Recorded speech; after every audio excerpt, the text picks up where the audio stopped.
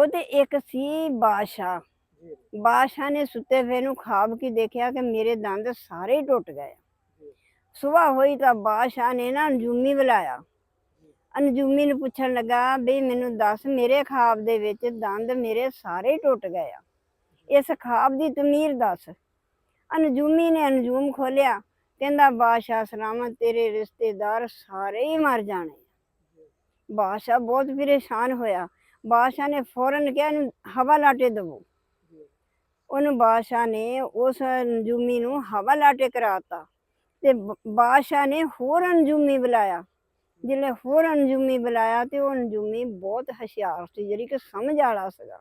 ਜੀ, ਬਾਦਸ਼ਾਹ ਨੇ ਕਿਹਾ ਵੀ ਮੇਰੇ ਖਾਬ ਦੀ ਤਮੀਰ ਦੱਸ ਕਿ ਮੇਰੇ ਖਾਬ ਦੇ ਵਿੱਚ ਮੇਰੇ ਦੰਦ ਸਾਰੇ ਹੀ ਟੁੱਟ ਗਏ ਆ ਤੇ ਇਹਦੀ ਕੀ ਤਮੀਰ ਵਾ।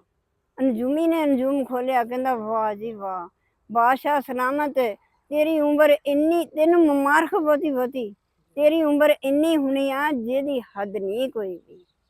ਕਿ ਬਾਦਸ਼ਾਹ ਸਲਾਮਤ ਸਾਰਿਆਂ ਨਾਲੋਂ ਜ਼ਿਆਦਾ, ਰਿਸ਼ਤੇਦਾਰਾਂ ਨਾਲੋਂ ਜ਼ਿਆਦਾ ਤੇਰੀ ਉਮਰ ਹੋਣੀ ਆ ਤੇ ਅੱਲਾ ਨੇ ਤੇਰੀ ਇੰਨੀ ਜ਼ਿੰਦਗੀ ਵਧਾਤੀ ਆ। ਬਾਦਸ਼ਾਹ ਬੜਾ ਖੁਸ਼ ਹੋਇਆ।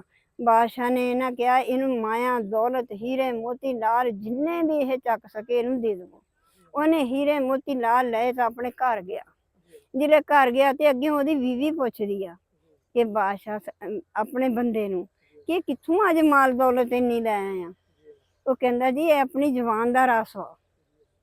ਤੇ ਉਹ ਬੜੀ ਪਰੇਸ਼ਾਨ ਹੋਈ ਤੇ ਅੱਗੇ ਵੀ ਤੁਸੀਂ ਨਜੂਮ ਖੋਲਦੇ ਆ ਨਾ ਕਿ ਅੱਜ ਤੈਨੂੰ ਇੰਨੀ ਮਾਇਆ ਦੌਲਤ ਕਿੱਥੋਂ ਲੱਜ ਗਈ।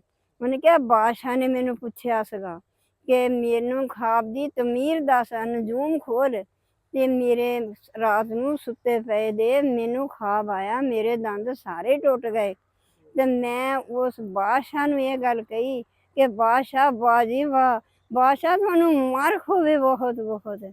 ਬਾਦਸ਼ਾਹ ਸਲਾਮਤ ਤੁਹਾਡੀ ਬੜੀ ਲੰਮੀ ਉਮਰ ਆ, ਸਾਰੇ ਰਿਸ਼ਤੇਦਾਰਾਂ ਨਾਲੋਂ ਲੰਬੀ ਉਮਰ ਆ ਤੇ ਬਾਦਸ਼ਾਹ ਨੇ ਮੈਨੂੰ ਮਾਇਆ ਦੌਲਤ ਦੇਤੀ।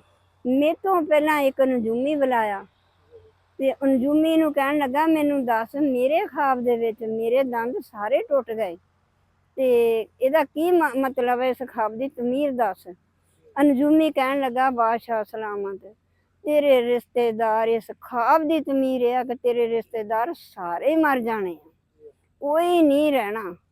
ਤੇ ਬਾਦਸ਼ਾਹ ਨੂੰ ਗੁੱਸਾ ਆਇਆ, ਉਹਨੂੰ ਹਵਾ ਲਾਟੇ ਕਰਾਤਾ ਕਿ ਇਹਦਾ ਮਕਸਦ ਇਹ ਆ ਕਿ ਸਹੀ ਬੋਲੋ, ਸੋਚ ਕੇ ਬੋਲੋ, ਕੋਈ ਐਸਾ ਬੋਲ ਨਾ ਬੋਲੋ ਕਿ ਕਿਸੇ ਨੂੰ ਗੁੱਸਾ ਆ ਜਾਵੇ। ਬੋਲੋ ਸਮਝ ਕੇ ਕਿ ਜਿਹੜਾ ਕਿਸੇ ਦਾ ਦਿਲ ਨਾ ਦੁਖੇ।